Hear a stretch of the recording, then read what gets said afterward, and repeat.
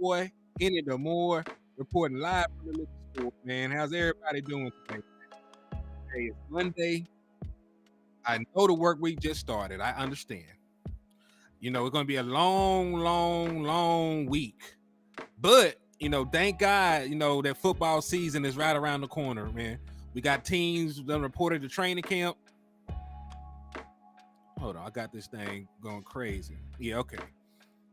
Yeah, I had too many screens open. But yeah, man, it's gonna be a long, long week. But we do have football right around the corner. Teams are gearing up. Teams are showing up for training camp, trying to get better, prepared for that season, and try to win the Super Bowl, man. So we're gonna talk about a little bit of everything, man. The Dallas Cowboys arrived in Oxnard today. We got some updates about some certain players' statuses. We got some rumors and rumblings going on, surrounding one player in particular. Y'all probably know who I'm talking about. So, we're going to discuss all this in great detail, man. But before we get too far ahead of ourselves, man, please, please, please make sure y'all hit that like button on the way into the liquor store so we can manipulate this algorithm. And then after you hit that like button, man, I need y'all to hit that share button for your boy. Hey, what's up with you, Miss Charles? Salute to you. Hey, let me show y'all some love real quick for everybody that slid through in the liquor store, man. Hey, Jameson Taylor, what's up with you, my guy? I see you. Bruce got the toxic juice and slid through the building. Joe done slid through the building, man. What's up with you? My boy John Jones out here knocking out Eagles fans, man. When I hear John Jones, I feel like you can beat the shit out of Eagles fan. Matt Leslie, what's up with you, my guy? Salute to you for tapping in and showing love to the channel. I see my boy Peasy in the building with me, man. What's up with you, my boy? Michael Lockhart is in the building with us too, man. Salute to him. My guy Justin Kitchen, part of the Rich Gang. Salute to you. Mr. Gina Green with the green. What's up with you? April Barnes, what's up with you? Salute to you. Thank you for tapping in. Gary Murphy, what's up with you, man? Thank you for showing love to the channel. Raymond Salas, what's up? Big Benny Rich, what's good with you, brother? I see you. What's good with you, man? Desmond Ironman, what's up with you? Salute to all y'all. Keystone in the building. JC Cowboy Network, what's up with you, man? Salute to all y'all good people for coming through and showing love to the channel, showing your support. Ruben Hernandez, what's up with you, man? Salute to you. My guy iRock, what's up with you, man? Miss Etta Lockhart gang in the building in full effect. Salute to all y'all good people, man. So, hey, y'all make sure on the way in, y'all do the 3 things that are required to be a participant in the liquor store, man. Rev Rebel, what's up with you, man? You got to slap an Eagles fan, first and foremost. So, slap the shit out of an Eagles fan so you can receive half off all the merchandise inside the liquor store. And we got exactly what you need to succeed, man. So, we got Cowboy Readers, we got gin, we got hen, and every other concoction that can make you sin, man. So, you want that discount, make sure you find an Eagles fan, apply pressure to their cheek, and slap these shit out of there, man. So, yeah, man. So, after you slap the shit out of an Eagles fan, because listen, the season's here. That's really the most important part at this point, man. You got to slap the shit out of an Eagles fan. They're going to be hating on you all season, so go ahead and get it out the way. And then after you slap your Eagles fan, then you hit that like button, then you hit that share button. Hey, DC for Life Texas, what's up with you, my guy? Salute to you. And then after you did that, after you slap that Eagles fan up, after you slap that like button, after you slap that share button, then I'm going to need y'all to either slap that Cash App or slap that Super Chat, man, because I am trying to send y'all to the Dallas Cowboys versus Eagles home game. It's going to happen in December. We're going to be hosting the Philadelphia Eagles, who have not won in Dallas since 2017. So if you want an opportunity to watch a surefire victory against our divisional rivals, all you got to do is hit the Cash App or the Super Chat. It's $10 an entry, and we will shut the raffle down on August the 1st. So y'all got about a week or so to get your raffle entries in, man. So we're giving away 3 different prizes. The first place winner will receive the Dallas Cowboys ticket to the game. It will have a seat attached to it. So you can kick back, relax with your Cowboy in your hand, and you only got to jump up and down for joy when the Dallas Cowboys score or the defense makes a stand. Second place winner will get a ticket to the same game, but it will be for standing room only. You'll still have a great time. My boy always tells me he has a great time when he goes to the standing room. You get to roll him around, hang out with the rest of the fanatics, and have a great time watching the Cowboys beat the eyebrows off of the Eagles. And then last but certainly not least, the third place winner will receive a Dallas Cowboys jersey, or they will receive a PlayStation 4. It's up to them. I ain't gonna put a gun to their head and make them, take the game system. I ain't gonna put a gun to your head and make you take, the jersey. You can choose whatever one you want. And if you go up there, man, make sure y'all link up with my boy JC Cowboy Network. He will be in the building, participating and rocking out with y'all, man. He said, I'm going to the preseason game against the Raiders. I'm going to the preseason finale. So, hey, if y'all going to the preseason finale, man, I shall be there. DC for Life with the $2 super. He said, let's freaking go Cowboys. Yeah, man. Turn up, my guy. Appreciate you for the love, man. So if y'all want to, he said time for a collab. Yeah, hell yeah, man. Hell yeah. Overdue for time for a collab, my guy. Say, hit me up on Twitter after we get off of here, man. Hit me in my inbox. We'll set up a day at a time. We can do some content, my guy. So yeah, man, if y'all want to get a chance to win a Dallas Cowboys ticket, or you want to get a chance to win a jersey or a PlayStation 4, all you got to do is hit the Cash App or hit the Super Chat, man. It's $10 an entry, and we will shut it down on the first, and we will then draw the winner on the second. So, get your entries in while you can. But thank y'all for everything. Everybody supported. Everybody been showing love and helping in the liquor store. Salute to all y'all good people, man. But with that out of the way, though, without further ado, let's go ahead and jump into the content. Danny Savage, what's up with you, man? What's good with you, my brother? So as we do know, the Dallas Cowboys are going to have the list. They already arrived. When the news first broke, they had to be there by 2:00 Central Standard Time, 12:00, Pacific. So, most of the Dallas Cowboys have reported into camp at this point. Most of them. I will say most. He said an overshown jersey. What's up with you, Neil? I see you, my boy. Neil said he slapped all the shit out of the mouths of 12 Eagles fans. So, hey, this my boy Neil, the serial slapper. Always slapping shit out of Eagles fans when he come through, man. So his palm hurts when he slides through the liquor store. He didn't put it in work. So, you got to strive and be like my boy Neil, man. Hey, Emmanuel Thomas, what's up with you, my Arkansas brother? As you know, I am from Arkansas, so this is my Razorback brother right here, man. Salute to you. My co-worker's trying to show out, but he looked like Dylan Brooks. Y'all so damn crazy. Desmond Ironman said, get him a beer. You good, man. We got you in here. Yo, what's up with you, Mr. Richburg? I see you too, man. Salute to you. Salute. But yeah, man. So let me go ahead and get this pulled up. Let me see if I find the right one. Is this the right one? No, I ain't gonna start with that one. Let me see if I find my stuff. Nope. It's here somewhere. Bear with your boy.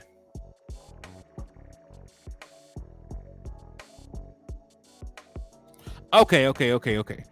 So this is a list of things from Calvin Watkins, Dallas Cowboys insider. So this is outdated, of course. This report came out at 7:23. So he said, good morning. Cowboys are scheduled to leave, for Oxnard at noon today. So these are a couple notes from him. So as of 7:00 this morning, as we know, things have changed. Zach Martin presence for the first day of training camp remains uncertain. The Dallas Cowboys' first practice is not until Wednesday. So, just for perspective, even though most of the guys are going to show up today, they technically do not have to be in Oxnard, California until tomorrow, which is Tuesday. Right? So, technically they ain't got to be there until tomorrow, even though the team chartered plane landed, in a ride in Oxnard today already.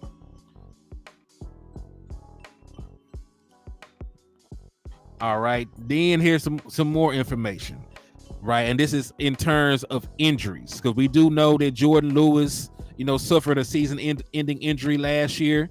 We know that Terrence Steele suffered a season-ending injury last year.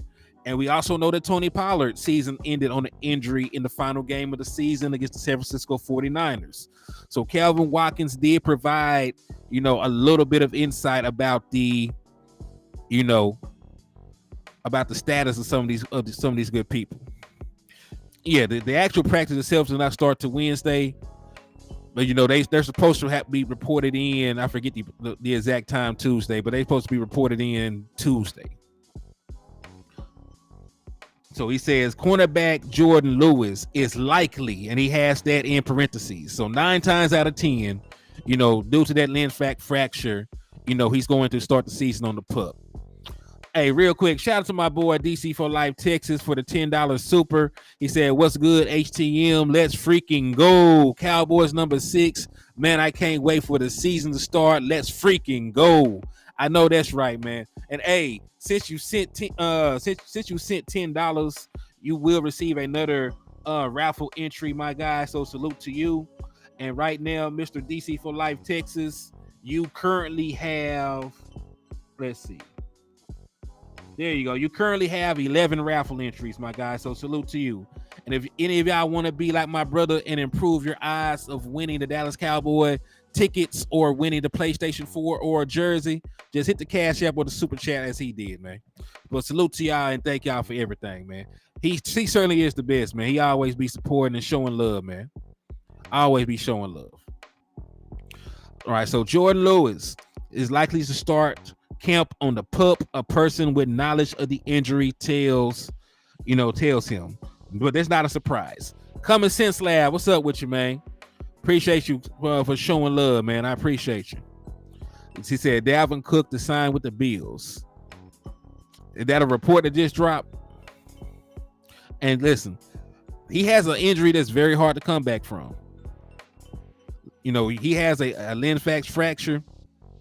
Very hard injury to heal because of where it's located. So, because you don't necessarily need him to start the season, your top 3 cornerback spots are already filled in. You already know that Trayvon Diggs will be your starting corner. That Stephon Gilmore is probably going to be cornerback 2, of course. Deron Bland, has solidified himself, as the starting slot corner at this time. He had 5 interceptions as a rookie. He said, "I'm going to win with 1 ticket, but I give PlayStation to a needy kid." He said, "Just dropped." Okay. Let me see if I can find that real quick, because we will talk about it and how that changes the landscape at running back and everything else. So, if I can find the report, I'm gonna go ahead and talk on it and speak on it.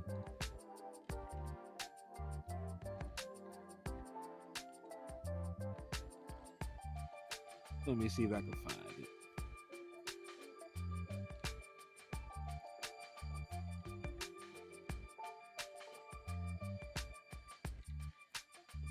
I haven't seen anything official yet, but I will keep my eyes on it. The moment I see something, I'll report on it. All right, so yeah, we don't necessarily need to rush somebody like Jordan Lewis back, even though when I think he gets healthy, I do want him to get on the field. He's shown over the course of his career that he's, knows how to get the ball out, whether it be forcing fumbles or getting interceptions. They call him the ball guy for a reason, man. Like they were not lying about that. He definitely is a guy that has a nose for the football. So, I am ready, to get him back fully healthy. But, no need to rush him back. You're super deep at cornerback. You got Nahshon Wright, you got Kelvin Joseph, you got Izzy McQuamu. You just went up and traded up to get the cornerback Eric Scott. So you got plenty of cornerback talent within your defensive back room at this point in time. So it's perfectly fine for Jordan Lewis to start the season on the PUP. The only thing that means is he's not going to get cut and he's not going to get traded. You can't really get rid of an injured player like that, and you can't really trade an injured player. So he said, "Okay, I'll see if I can go find it on Bleacher Report in a little bit." He said, Texans got their quarterback. We'll see how they do going forward in the future, man. Yes, and I'm glad you brought that up, Miss Charles, in regards to Zach Martin. Slight segue. It will be $50,000 a day, and if you go ahead and round that up for every day of training camp, he'll lose about $1.2 million in total. So 50K a day. This is almost a month worth of training camp. So he stands to lose about $1 million or so. Depending on the math. So and listen, $1 million is a lot of money for me. You know what I'm saying? That's a lot of money for us. But he might have some money like that saved up. He might risk $1 million in order to get a pay raise. Right. So you never really know. But he will lose about 50K a day, about $1 million in total if he does miss the entirety of training camp. Another person, that we need to be keeping our eyes out on in regards to injury is Terrence Steele. Right now, they say Terrence Steele doesn't want to start camp on the PUP. Right, he's been doing everything in his power to avoid it. We've been seeing Terrence Steele post numerous workout videos. We've been seeing him getting it in, trying to get back strong, rehabbing that torn ACL. But there's a possibility that he still winds up on the PUP, which puts him starting week 1, slightly in jeopardy. It puts that in jeopardy just a little bit. However, this is from earlier in the day. Because as you will see, hold on, let me see if I got the right one pulled up.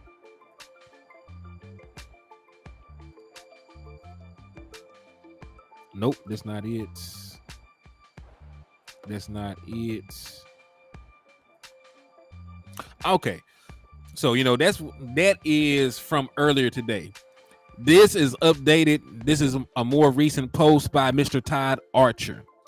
So he also spoke on the health of different players, but he sounded a lot more, positive about the injuries outside of Jordan Lewis. Right. So from a health perspective, according to Mr. Todd Archer, Jordan Lewis' foot is looking to open camp on the physically unable to perform list, the PUP. Terrence Steele knee is not expected to be on the PUP, but keyword is but, Cowboys will be smart with his return. So that is actually a much more brighter, report than the initial one that we heard early in the morning. So, while Calvin Watkins, stated, that it's a possibility he still could end up on there, they said it's not expected for him to start on the PUP. They're going to take their time with him, but they're not going to rush him back. But they don't plan on starting him on the PUP. So there is a possibility for him to be out there on the field with the rest of the Dallas Cowboys offensive line come week 1. Way too early to say for sure if that is the case, but they will be careful with him. He has looked good in his workouts. He looks strong. He's still working with Big Duke. All those things are trending towards him, being, ready. And listen, even if he's not 100%, right? Because 9 times out of 10, a lot of these guys won't be 100%. But will he be 90%? Will he be 88.9% or whatever? You know what I'm saying? Will he be good enough to be a better option than Waletzko or whoever else that you throw out there? Right? That would be the question. And again, if the Dallas Cowboys want to be careful with him for the first couple of weeks, that's fine, because you got to think about it. The season opener is still 7 weeks away, and even if you were to let him sit out, the first couple of weeks, and you would let him sit out the first couple of weeks, you can give him 10, you give him like a full 10 weeks, to prepare before he has to come out there and start. So you might be able to try and get by with Waletzko, right? Because think about it, your first 3 games are against Daniel Jones and the New York Giants. They're against the New York Jets and then the Arizona Cardinals.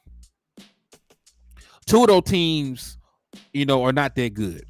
You might argue, that you might need him against the Jets and that defensive front that they have, but you might be able to get by them, with some good game planning, with a quick game, right? You still might be able to beat all three of those teams without Terrence Steele, right? So you don't have to rush him back. It's easier to just let him heal up a little bit longer, let him take a couple weeks off, and then bring him back, right? So you still might see somebody like Walesko to start the year, but it's always a good sign where your players don't have to start on the puck.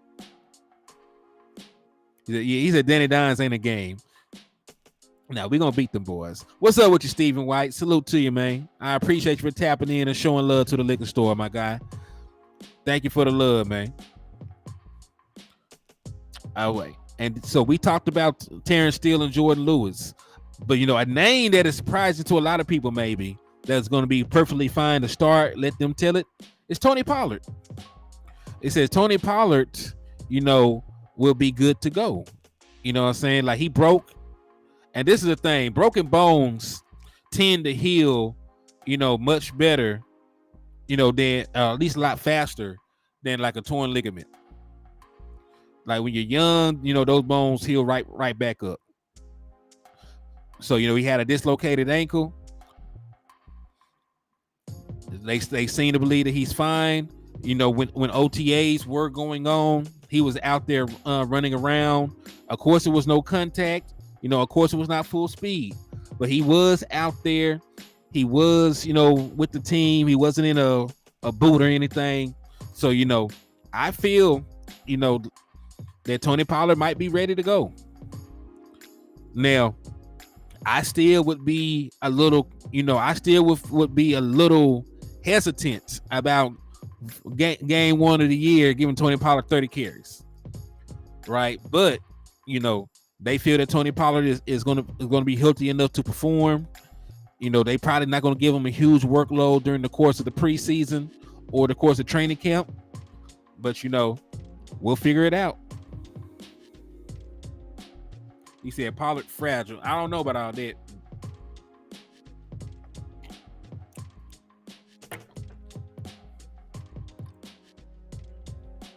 Said, do you have a good bourbon in the liquor store? Of course. We got good brown. We got brown to make you clown. We got brown to calm you down. We got all kinds of stuff for you, man. So yes, we got good bourbon. We got good tequila. We even got some cheap stuff. We even got Everclear on deck if you was a cheap, degenerate and you just want a regrettable, a regrettable experience for the night. So we got what you need to succeed, even got what you need to fail. He said the Superior Garrett, they pulling a MG on us. No way TP 100% is a long season. He said 17 games, 50% more. Yeah. Yo, he said I need that Hennessy XO. Hey man, you want that good stuff.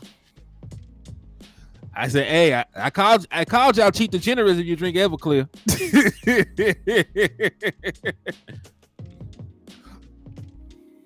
But we'll see though, man. Like, listen, training camp hasn't even started.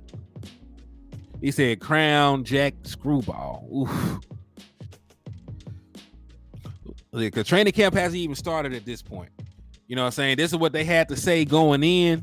You don't want to. You don't want to. Yeah, don't try Everclear. If you went this long without drinking Everclear, you made great life decisions. You made great life decisions. You are doing things the right way. Yeah. Nah, you're not missing nothing on that. Jay Lombardi said, have a good trip to Oxnard HTM. Salute to all you. Do 100. Keep up the great content, my guy. Hey, I appreciate you for the love, my brother. Also, we are actually split on this. Because you see, we will be covering both. We will be covering both of the training camps. Landlord and West will be in Oxnard covering the primary training camp. And then your boy, Hennythemoor, will be covering the training camp practices when they return, to Frisco. So the week of the final preseason game, I will be in Dallas, to cover the final preseason game. And West will be out there. We'll cover the final preseason game, and we will also cover some of the training camp practices as well. So we're like a news team on this stuff, man. We're gonna have folks on the ground in California covering training camp. We're gonna have folks on the ground covering training camp in Dallas. It's gonna be lovely, man. So y'all will see everything that's going on. It's gonna be great. It's gonna be a great experience. And of course, I will go live from the final preseason game as well, so we can all, share that experience.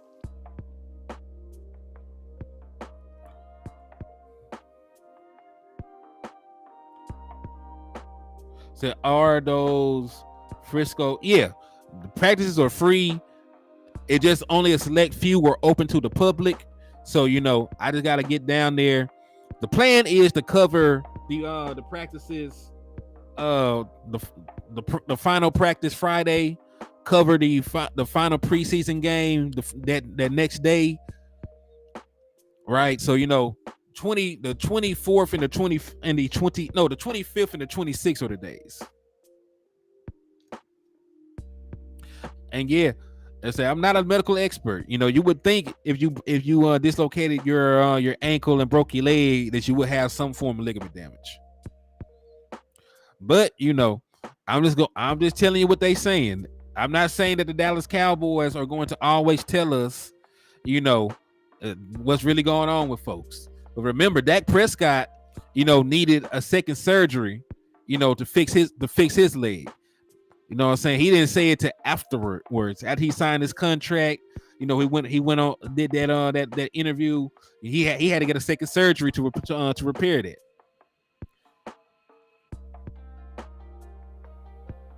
He said, I think no practice should be open to the public. He said, nah, man, 12 shots of moonshine and I'm done. Long they don't rush it. Listen, as long as water is wet, the Dallas Cowboys will rush players back. That is the way of the world. That's how they rocking. That's how they coming. They are going to rush everybody back from injury. Think about it. Dak Prescott broke his thumb, and that boy was back out there playing in a couple of weeks. Yeah, Dak Prescott broke his thumb, and he was right back out there playing in a couple of weeks. There was no way in hell Dak Prescott was completely healthy last season. Right? He didn't even throw the ball like he was healthy. But like that's the MO of the Dallas Cowboys. You got to get your players back out there. You got to put butts in seats. You got to sell jerseys. You got to do all those different things. So I don't expect them, to, ease anybody back in. Once Tony Pollard, can run full speed in a straight line, they're gonna put him out there. Once Terrence Steele, is able to comfortably drop back, they're gonna put him out there. The moment he can kick step, he's gonna be right out there.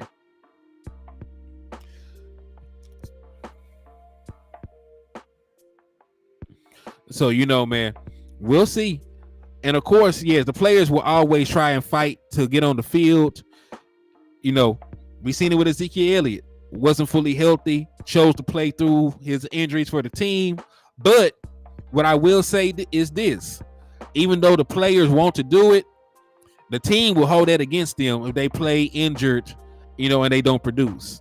They held it against Zeke, and that's one of the reasons they cut him. They held it against. They're holding it against Michael Gallup right now. That's why Brandon Cooks is on this team, and that's why if he doesn't perform this year, they will probably use the out of his contract for next season. So, injuries are part of the game. How you handle them is a part of it as well. But just from my experience, like the Dallas Cowboys don't reward people for playing hurt. He said, "I puked up blood, Danny." Oh my God, y'all were going crazy. What's up with you, Dope Meister? I see you, my guy. Thank you for tapping in and showing love to the channel, man. Tunchi, do we got Lil Wayne in here? Is Lil Wayne in the building, man?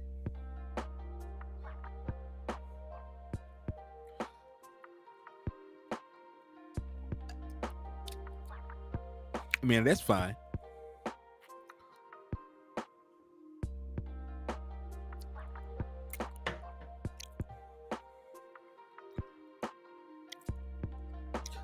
Yeah, because listen, the Dallas Cowboys have a built-in out in Michael Gallow's contract for next season. So if he does not produce this year, I think they'll move on from him. And probably not fair. Damn sure not fair. But, you know, NFL's a cutthroat business. He said, yeah, I know Weezy a Packers fan. Yeah, I definitely know that Weezy is a Packers fan. Hey, peace to my brother Jameson Taylor, man. You get your rest, my guy. I know you've been going through through your treatments, man. So, you know, I just hope all is well with you. All right, so now that we talked about that, man. So how do y'all feel about the Dallas Cowboys injuries, you know, and the status of some of these players going into?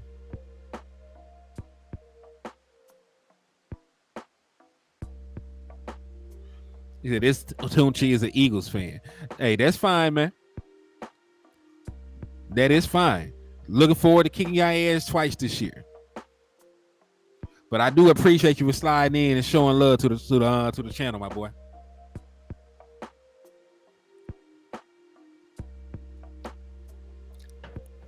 He said Zeke played through a torn PCL. Yeah, he did.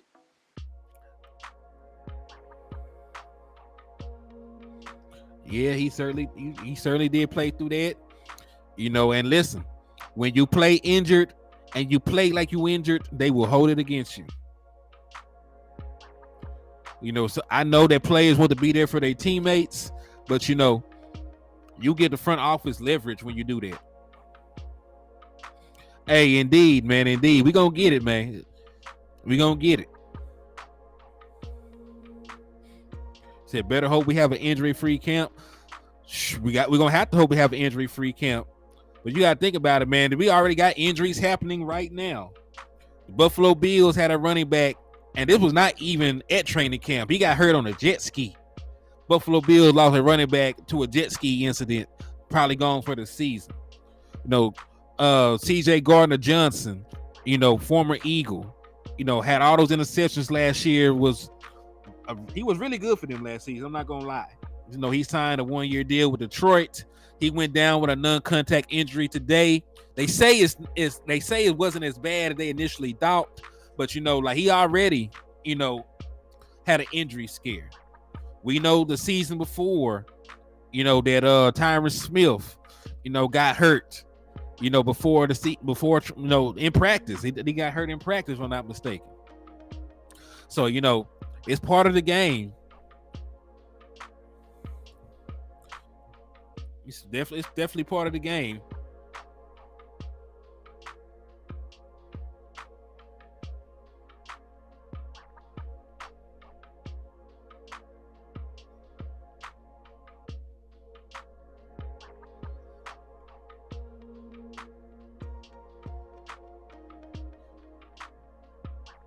I say, I hope y'all get as healthy as y'all can get. I want y'all full strength. We gonna tear the star off that helmet.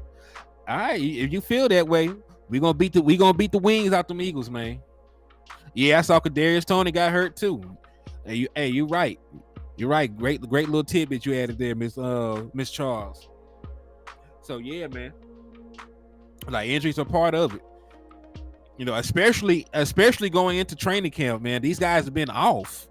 They've been off. They haven't really, you know, been going through those kind of motions. They haven't been running, you know, full speed with equipment on or any of that. So they gotta get back into the swing of things. He said, Dallas, we here. Let's go. I know that's right. So yeah, so I don't know. I just hope the Dallas Cowboys do have an injury-free training camp. We gotta be as healthy as humanly possible at this point. We got too much riding on our starters staying healthy. Because remember, offensive line is going to be hinging on Tyron Smith playing more games than he usually does. He only played 17 games the last 3 years, but we definitely need him to play, you know, a lot more this year. Right? We need him. so we don't be playing musical chairs with the offensive line where we don't have that we don't have that much depth. Right? Same thing with every other position. So, staying healthy is a very important part of this entire thing, man. All right, so let's segue slightly. This is not, completely about, training camp, but this is something I wanted to talk about real quick. This is something I did want to talk about. And it's about hypocrisy among the national media. Hypocrisy. So check this out. If I can get this damn thing to come open.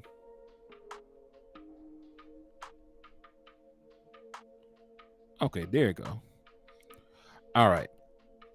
So I had to call out Dan Orlovsky on his hypocrisy. So he said Aaron Rodgers threw 12 interceptions last season. 5 of those were throws or poor decisions. 7 of them were tips or Hail Mary one-on-one heaves to give a guy an opportunity ball. 5 were on him. He's going to be tremendous this season. And then, of course, we still them boys came in. He said, but if it was Dak, all 15 interceptions would be his fault. Then, not even trying to hide his bias.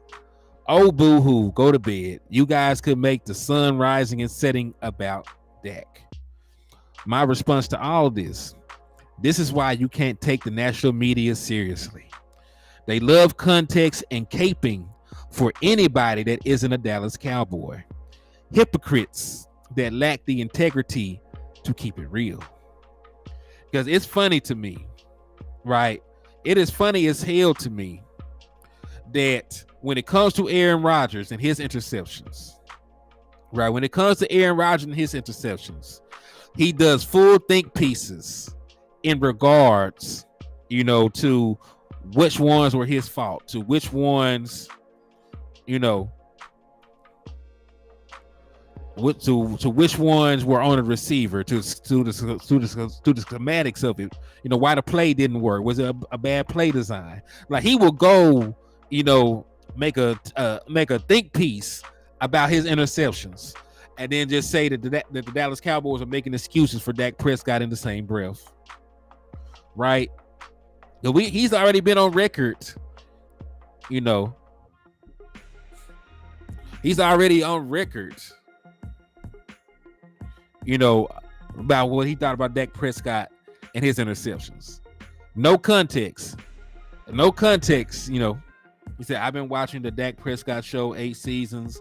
Meanwhile, Joe Burrow, 2 years into the league, reached the Super Bowl, took Jalen Hurts 3 years, but keep tuning in to the Prescott show.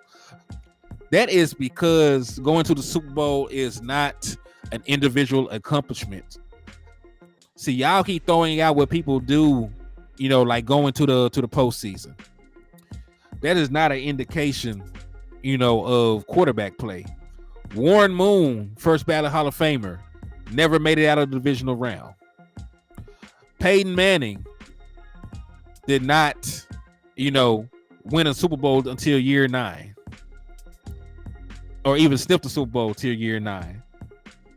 Matter of fact, Peyton Manning started his career, his first 7 years, 2-4, just like Dak Prescott did. Drew Brees did not win a Super Bowl until year 9. He had one playoff win his first 7 years in the NFL. Right, you just go down the list of all these quarterbacks that it took a long time for them to get over the hump.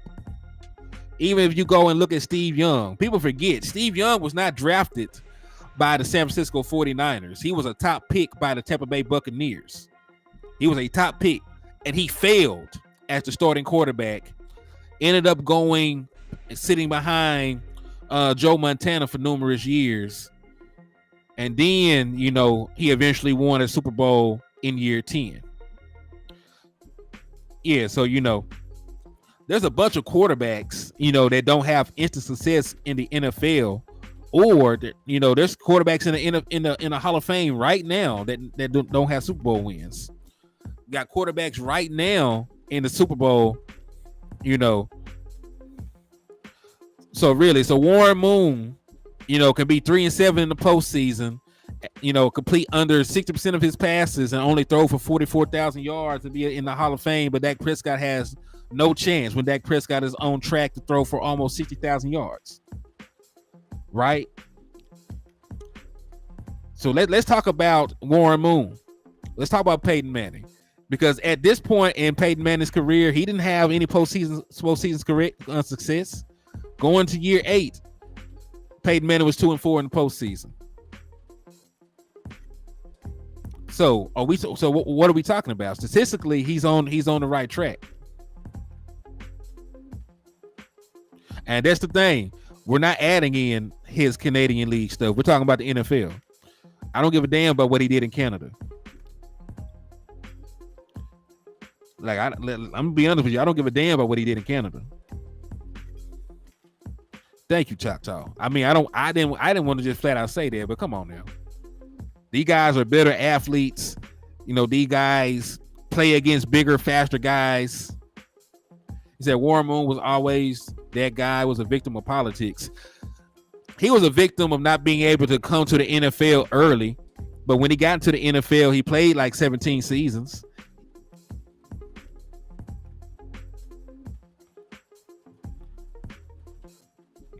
Said Doug Flutie. And this is the thing. This is not a shit on Warren Moon or a shit on young Peyton Manning show. We're just having proper context. All I'm saying is, if you looked at Peyton Manning's first 7, seasons in the NFL, oh yeah, he went crazy in Canada. Like, we ain't gonna sit here. The man won 5 championships.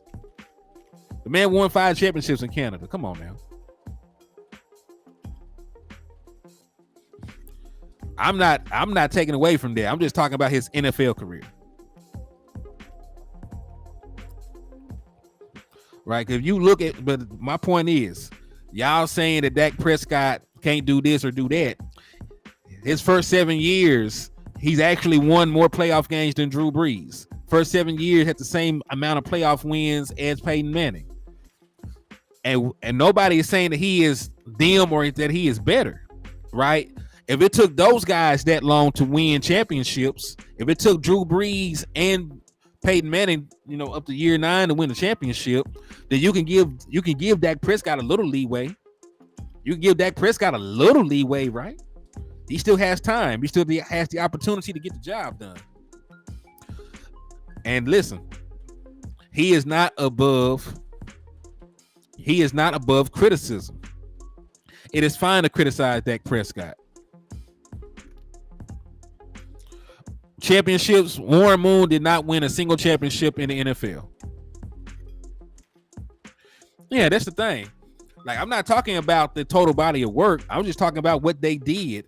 If you looked at Peyton Manning's, first 7 years, he's not a Hall of Famer.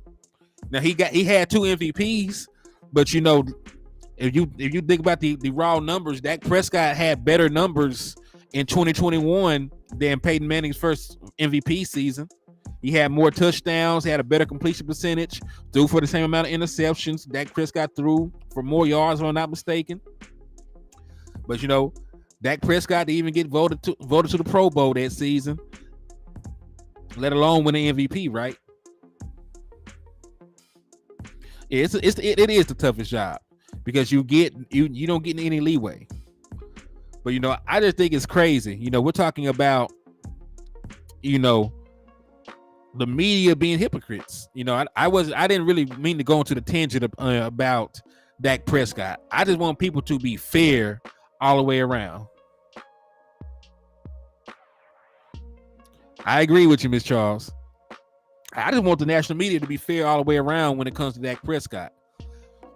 Like, he said the Dallas Cowboys are making excuses for Dak Prescott when we brought up turnovers on non-turnover worthy plays, when we brought up tipped interceptions, we brought up option routes being the reason for the confusion, right? Bad play design. When we brought up those things for context, they said we were making excuses.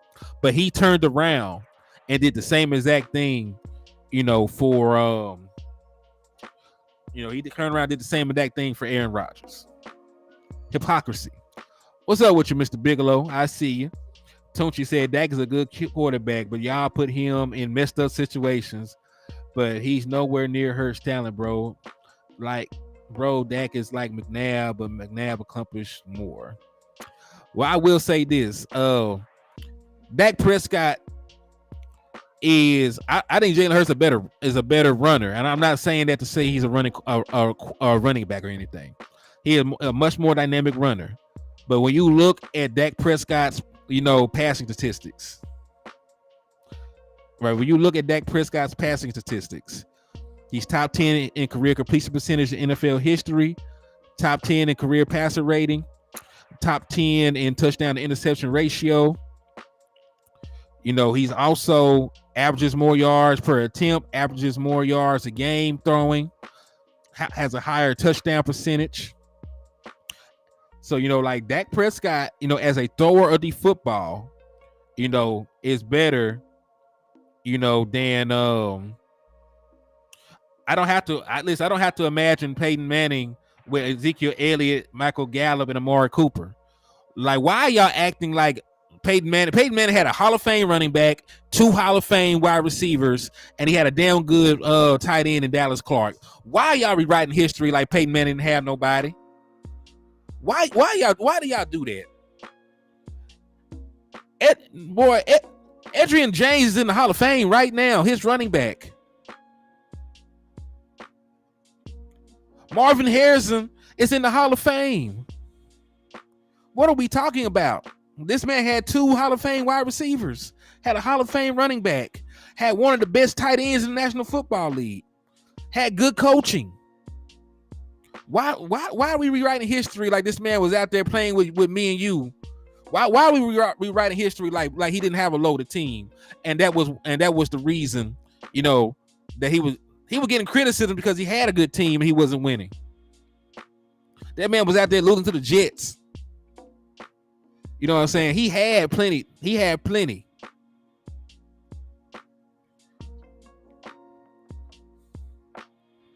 Yeah, Peyton Manning had a squad, man. Come on now.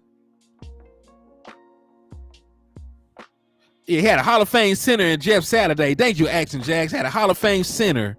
Had 2 Hall of Fame wide receivers. Got a Hall of Fame running back. Had a top 5 tight end at the time. Man, come on now. You talk about Michael Gallup. Man, I don't hear that shit. I love you though. You my guy, but come on now. Come on, my guy. You my guy. But come on, man. We can't do this.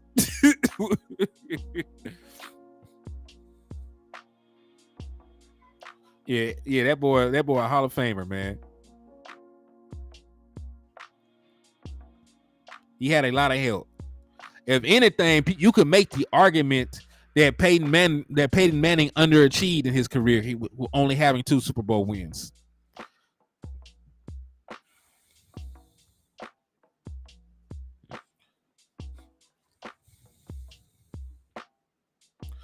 Oh, thank you. He had Marshall Faulk too. Come on. See. Yeah, man. And listen. I am not saying that Dak Prescott is Peyton Manning. I'm not saying that he's better than Peyton Manning. That's not the conversation. He said, yeah, Tariq Glenn, the left tackle. He had a squad. But all I'm saying is, like, everybody needs help. Peyton Manning, who is a Hall of Famer himself with a loaded roster, still took almost 10 years to win a championship.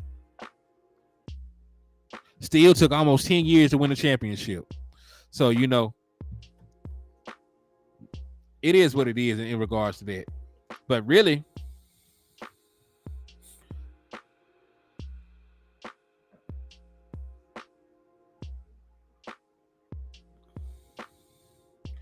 yeah, man, he had an entire squad.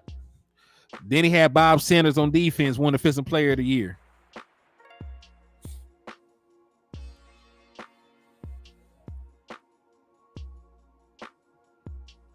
Yeah, then when he won in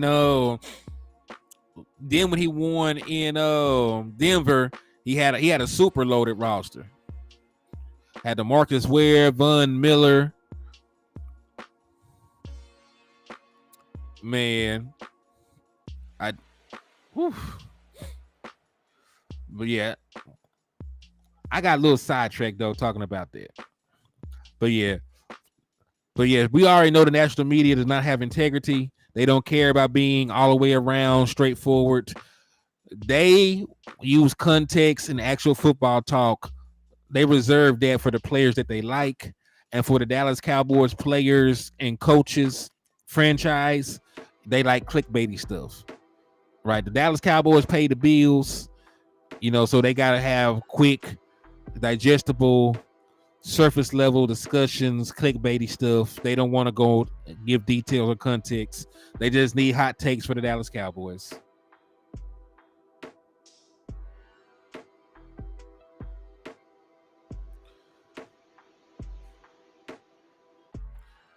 Hey, what's up with your roster X? I see you, my guy. I appreciate you for showing love, man. Appreciate you for tapping in.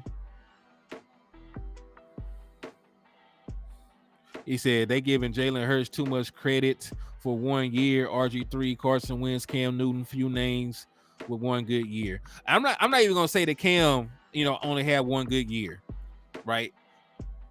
I'm not even gonna say that he had only 1.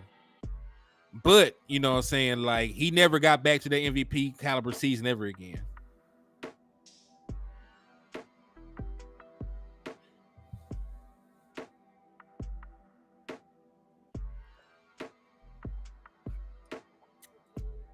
Yeah, Wes Welker, Decker. And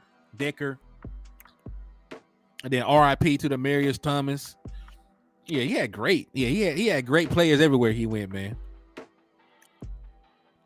Yeah, man. Hey, let's take a quick, little light break, man. As Miss Etta Lockhart pointed out, talk about how Dak Prescott led the league in interceptions. Okay, we are talking about that. Dak Prescott, even, after throwing 15 interceptions this year, Dak Prescott is still top 10 in touchdown to interception ratio. Also, you were out here defending Peyton Manning, so I'm gonna get on your ass about Peyton Manning and his interceptions, because you forgot I got his numbers right. Peyton Manning ain't do nothing but throw interceptions, but y'all loved him for it. Y'all called him a gunslinger. Y'all called Peyton Manning a gunslinger. So let me get these numbers pulled up, man. Y'all out here tweaking. All right, so Peyton Manning, 1998 threw 28 interceptions, set the NFL record for interceptions. Threw 28 of them things. The very next year, he threw 15, just like Dak Prescott. The year after that, he threw 15, just like Dak Prescott. The year after that, he threw 23 interceptions. The year after that, he threw 19. Then 10, 10, 10, 9, 14, 12, 16, 17, 11, 10, 15, 17. Sound like Peyton Manning threw a shit ton of picks. Sounds like Peyton Manning threw a shit ton of picks. I'm not even trying to slander his name or anything. That man threw over 20 interceptions twice. But you asked me about Dak Prescott throwing 15 interceptions. Come on, bro. Right. And people be forgetting about this. They love Peyton Manning now. They call that man a choke artist. That was the narrative around Peyton Manning, that he might not ever get the job done. They consider him a great regular season quarterback.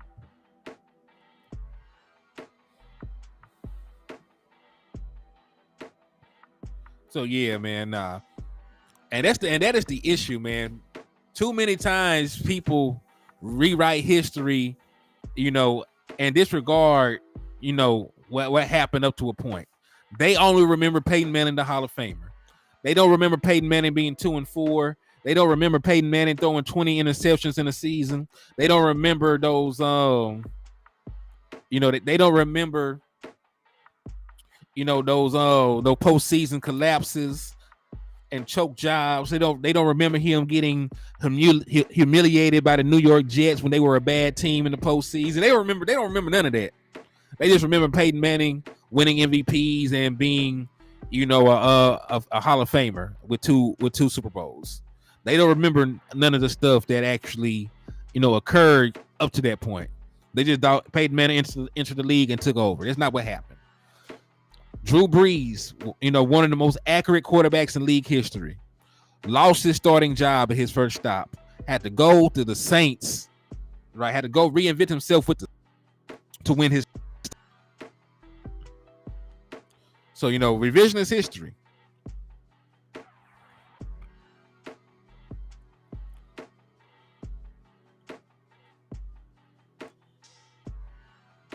So, yeah, and listen, this is not, I'm going to keep saying this over and over and over again.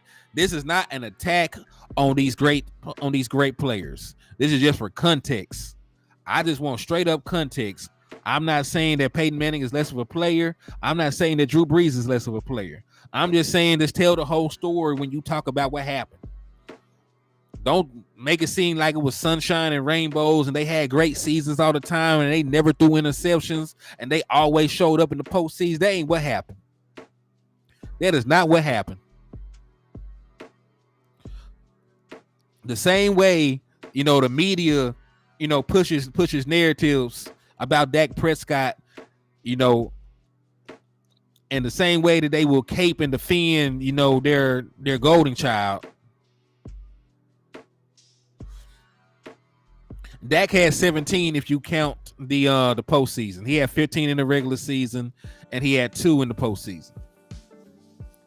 Josh Allen, led the NFL in total turnovers, however. They don't talk about that, though, because he had the most total turnovers. You say, how many fumbles lost did Josh Allen have? Let me see.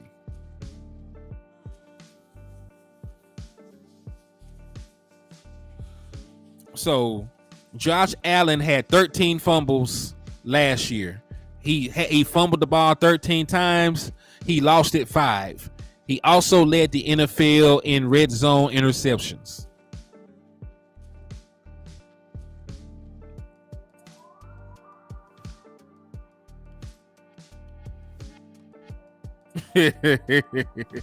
Right. Yeah, listen. Narratives is why Dak Prescott actually won a playoff game, and we're still talking about him in July. Right? Nobody has said anything about Justin Herbert blowing a 27-point lead. Nobody has said anything about how awful Josh Allen was in the postseason. That man had just as many touchdown passes as interceptions. He was horrible.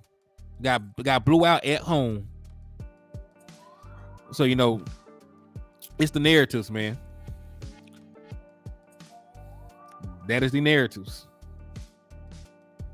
All right, so we talked about, I'm gonna get off that because, that did not have anything to do with training camp, but it is an interaction that happened earlier that I wanted to touch on. Yep, he said because he's the quarterback of the Dallas Cowboys, and some of it is because of race. Tony Romo and Dakota Rain Prescott prove you can be mediocre and still treated better than Jesus Christ in Cowboy country. You live under a rock. Half of the fan base hate Dak Prescott, just like half of that fan base hated Tony Romo. A lot of the people that love Tony Romo now were the main ones trying to run him out of town. They don't love you till you're gone, honestly. Also, how can Dak Prescott be mediocre when he's on pace to be the franchise leader in passing touchdowns, passing yards, and completion percentage? How can Dak Prescott be mediocre when he's top 10 in league history in completion percentage, passer rating, and touchdown interception ratio? How can Dak Prescott be mediocre with a top 25 all-time regular season win percentage? How can you be mediocre and also be top 10 in major passing statistics? The narrative is that Dak Prescott is mediocre. The narrative is Dak Prescott is mediocre. The numbers don't say that. People talk about Dak Prescott struggles in the postseason. The numbers say that Dak Prescott has 15 touchdowns to five turnovers in the postseason. So Dak Prescott in the postseason has a 3-to-1 touchdown to turnover ratio. So, the narratives say Dak Prescott is mediocre. The numbers actually don't back that up. The numbers don't back that up. But, it's all good. The issue is a lot of people, when we give context to narratives, right? And that's one of the reasons why we had the design and schematic study on this channel. That's one of the reasons why we discuss, play design and natural play progression. So that's why we covered Dagger on this channel. That's why we cover Dragon and Lion and the different passing concepts. So y'all understand the reads, why the ball is going there, why this route is ran at a particular depth and everything else. That's why we talk about that on this channel. So we can have more than surface level discussions, in regards to the stuff that happens on the football field. Right? I want to have more than just a surface level discussion about what's happening. You see a quarterback throw an interception. You don't really know if it's on the quarterback or not. You don't know if the quarterback made the right read, but the wide receiver ran the wrong route because it was an option route. You don't know, if the interception was caused. Tony Romo and Dak Prescott has over 20 years of combined service, over $300 million of money combined.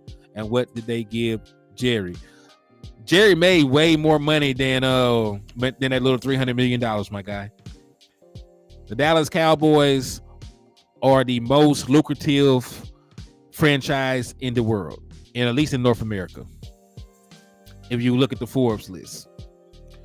So all those jerseys, all those tickets, those being competitive to get those big TV deals.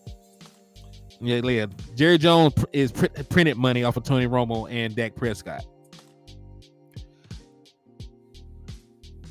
And listen, I need to know, are you an Eagles fan talking to me? Because in my lifetime, I've seen y'all lose just as many championships as we won. So I just need to know. I need to have a open conversation. Like, why you asking me these questions about my franchise? Like, I know for a fact, it took 50 years for y'all to win a championship. If you were an Eagles fan, I'm not saying you are. I don't want to just randomly put that jacket on you, but I just need to know, what is the concern? Because if they were that bad and they play for the opposite team, right? You would love to have you would love to keep them around, right?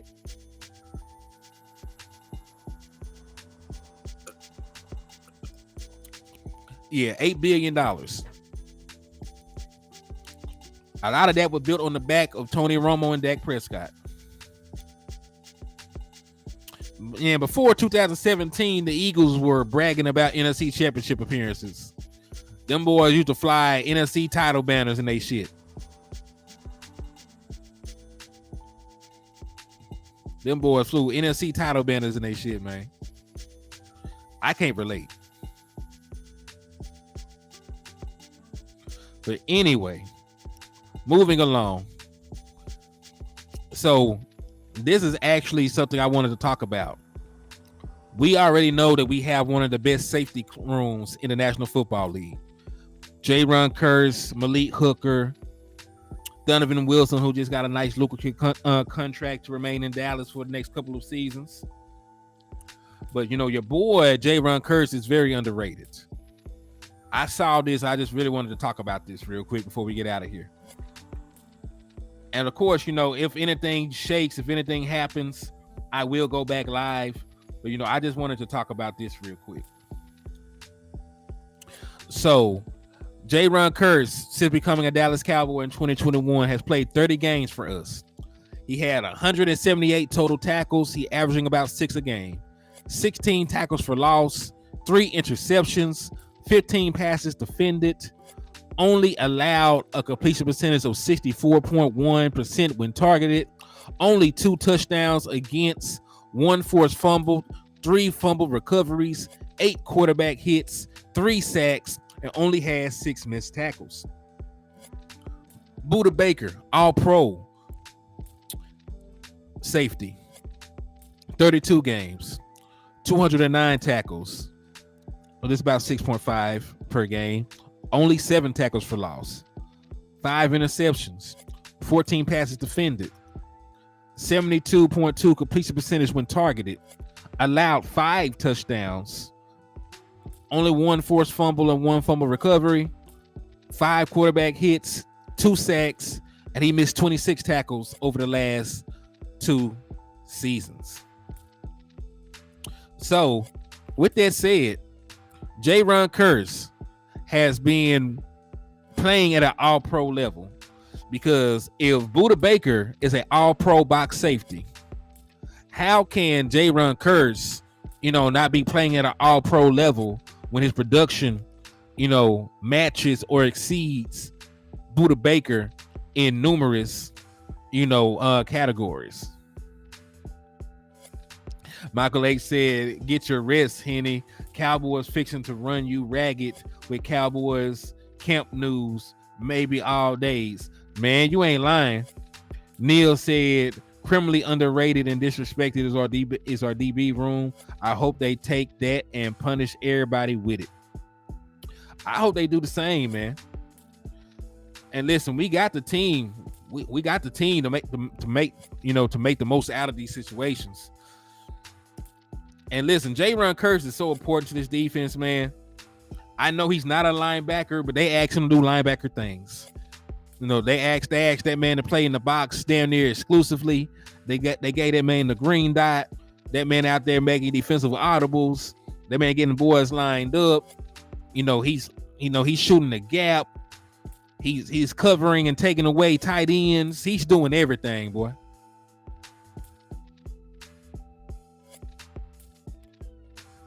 He's doing everything. So, I just wanted to give Jayron Kearse his flowers, man. After I seen this, very underrated, player on our team. And I remember when we first picked him up, I don't think anybody thought you would get this level of production from him. Even I was a person, that didn't know much about him. Brock Purdy, Jimmy Garoppolo, Ryan Tannehill, Joe Burrow, Jalen Hurts, Josh Allen all reached the championship, but Prescott didn't. And that's fine. So you're trying to tell me Ryan Tannehill, Joe Burrow, Jalen Hurts, and Josh Allen are better than Peyton Manning too, right?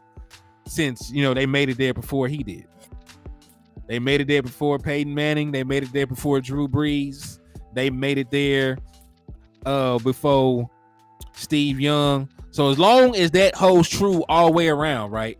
Because as long as you can apply it to everybody that also didn't make it, in their first 7 years. But you would sound stupid if you said that those guys were better than Peyton Manning or anybody else, right? Just because they made it somewhere first and they didn't win. By the way, every quarterback that's played in the Super Bowl and lost their first time over the last, I don't know, 2 decades has not won a championship as a starting quarterback. So, just throwing that out there. There are more quarterbacks that have won championships after year 9, in year 9, than there are quarterbacks that have won a Super Bowl after losing their first trip. So, good luck with that if you're a Jalen Hurts stan. God bless you.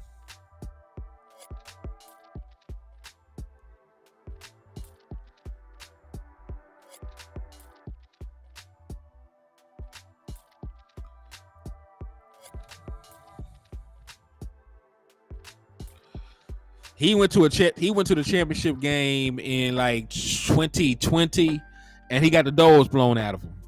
He got the shit beat out of him. He showed up in the championship game, took a couple pictures, and they slapped the shit out of him. He showed up, got slapped around, and instantly left. Cried in the parking lot, and ain't never been back. Yeah, the Run believes Trent Dilfer is better than Dan Marino. He believes that Jalen Hurts is better than Warren Moon. He believes all these things because I'm just applying his logic. I'm just applying his logic to everybody else.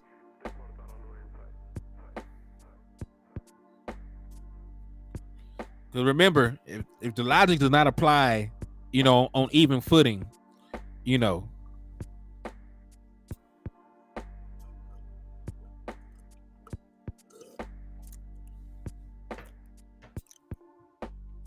No, Elena, you came late. They been in here talking shit about my quarterback, so I'm on their ass. They in here talking crazy about us, so they catching that smoke. And we ain't got nothing to hate on. Y'all lost. You know what I'm saying? Like, the standard in Dallas is not to go to a Super Bowl and lose. The standard in Dallas is to go to the Super Bowl and win. So, I am happy, for, I'm happy for the Eagles, to be like the Buffalo Bills. Y'all are more known for going and losing in championship games than y'all are known for actually winning. Because y'all got 3 Super Bowl losses and 1 Super Bowl win. Right? You're almost there. You almost caught the Bills for Super Bowl losses. You need 1 more Super Bowl loss. You can be just right along with the Bills and have 4 of them things. So congratulations. Congratulations. Yeah, 1-3 in the Super Bowl is nasty work.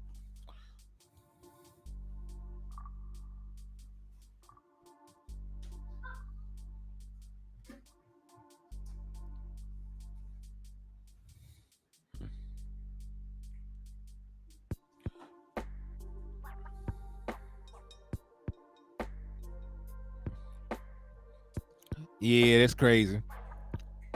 I wouldn't know what to do.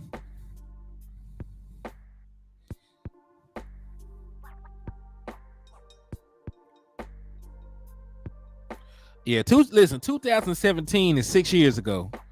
There are folks, bragging about Eagles championship that was 10 years old. They were 10 years old. They in high school now. They got acne. They got acne. They talking crazy to their parents and shit. There were folks that were 10 years old, that are that they are teenagers. There are folks that were 12, just got put at their mama house. You know what I'm saying? Like, we got fooled on adults that were children, the last time, when the Eagles played the Super Bowl. So, they talk about us. That shit's getting a little old too.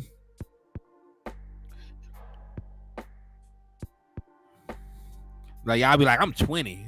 Like, dog, you were 14. You ain't know what the hell was going on. You ain't know nothing about play calls. You just know touchdown.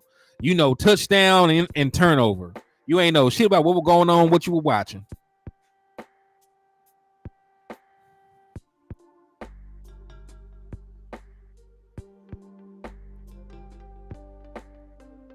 And you ain't gotta whack nobody. You ain't gotta whack my Eagles, my Eagles friends in here.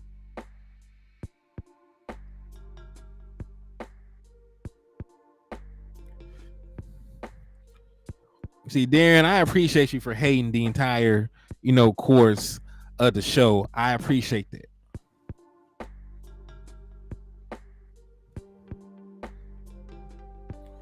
I don't know where we will be, without an in-house hater. We usually have my boy Eastside Harold in here talking crazy, but he ain't said nothing crazy today. So I appreciate you for picking up the slack and hating throughout the course of the show. We do appreciate it over here.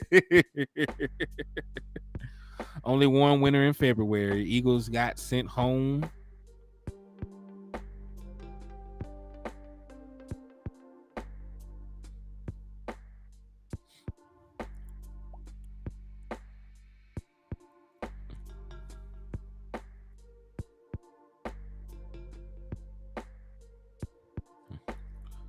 So let me see something.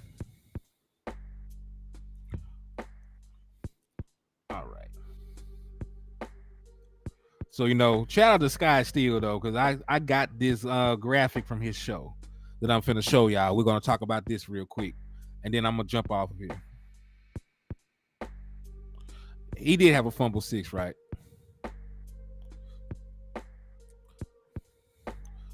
So, under Kellen Moore, yards after catch, the yak meaning they caught the ball, they turned up field, they tried to make something happen, right? So yards after catch, the Dallas Cowboys were 28th under Kellen Moore. So from 2019 to 2022, the Dallas Cowboys were damn near last in the NFL in terms of yards after catch. In terms of yards after catch, they were abysmal. So what did that tell you? Well, one, it tells you the Dallas Cowboys were running a lot of stop routes. You can call them stick routes, stop routes, comeback routes, whatever you want to call it. The Dallas Cowboys wide receivers were not in motion, right, when the ball was caught. The Dallas Cowboys had the 4th most curl routes ran this season alone. Ain't no telling what that numbers look like over the entire tenure of Kellen Moore's season in Dallas. They were towards the bottom in motion. They were not high enough in play action. None of the key details that we discussed in allowing Dak Prescott to blossom, right? We know he's great at play action. He didn't use play action enough. We know screens are cheat codes. We didn't use a lot of screens. We know that Yak is a quarterback's best friend. We didn't give our wide receivers a lot of opportunities to, to run open with the ball free. A lot of stop routes, a lot of routes where they're not really opportunities for Yak.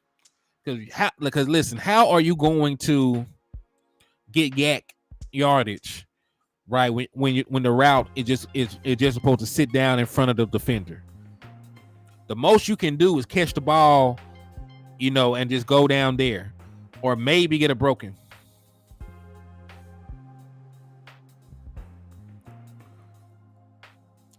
It's okay. Y'all don't time Elena out again.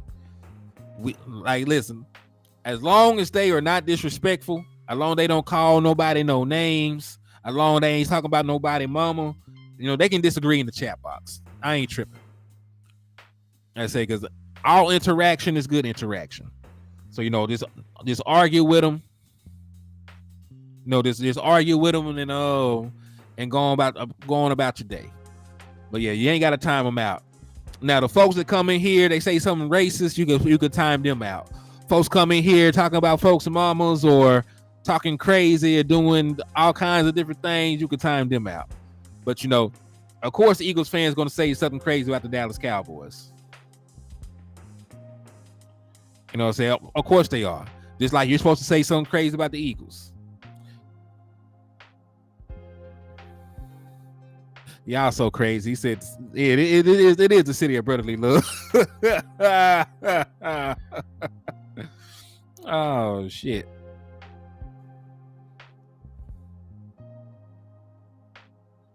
So, yeah, man. So, we can tell they were not using a lot of West Coast principles, right? Because West Coast is all about Yak. West Coast is all about Yak.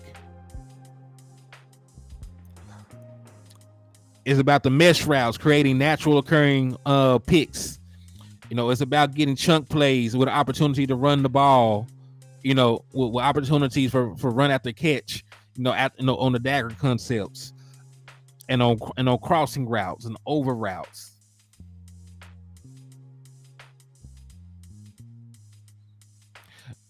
Darren Lewis said Dak will be resting comfortably. He's going to be resting comfortably because he's going to have the number 1 seed. He's going to be watching y'all get eliminated in the first round while he goes on for the next week. So you're right. He will be resting comfortably watching the first round of the playoffs because we will have the number 1 seed and a first round bye. So I'm glad that you understand the assignment, Darren Lewis. I'm glad you know. And the first week of the playoffs, he will be watching in his sleep number bed, watching y'all get beat by 14, 17 points by whatever team y'all play against on the road.